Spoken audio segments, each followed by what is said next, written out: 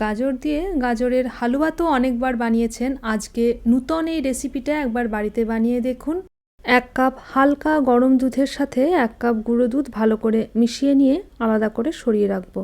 এবার একটা প্যানের মধ্যে নিয়ে নিয়েছি ছোটো চামচের 1 চামচ ঘি।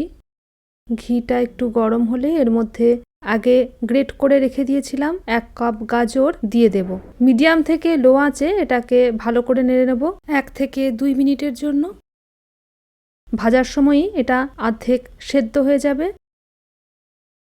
এবারে আগে যে দুধটা বানিয়ে রেখেছিলাম সেটা এর মধ্যে দিয়ে দেব,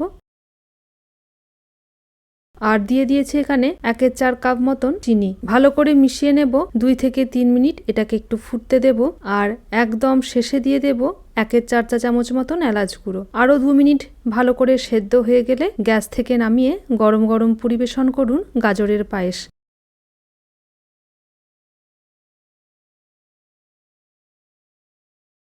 কেমন লাগলো আজকের এই রেসিপি আমাকে কমেন্টে জানাবেন। আরও এরকম নূতন রেসিপির জন্য পূর্বিসমন কিচেনের সঙ্গে থাকুন।